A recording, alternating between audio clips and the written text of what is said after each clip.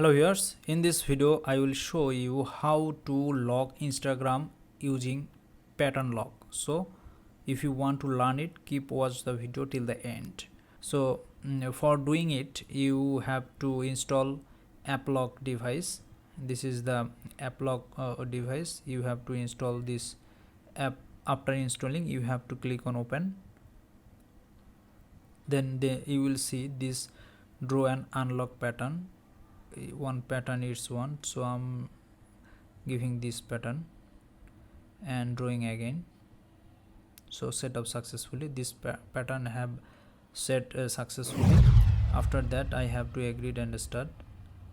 Then you have to find the app you want to lock. So I'm searching the Instagram app. So after getting, you have to click on this lock. Then this option will come. From here you have to click on permit.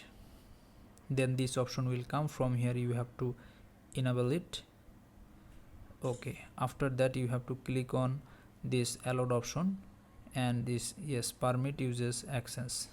After existing, if you try to open your Instagram app, then you will see the lock option will come. From here, if you unlock by giving that pattern, then your app will be open. So in this way actually you can lock Instagram using pattern lock.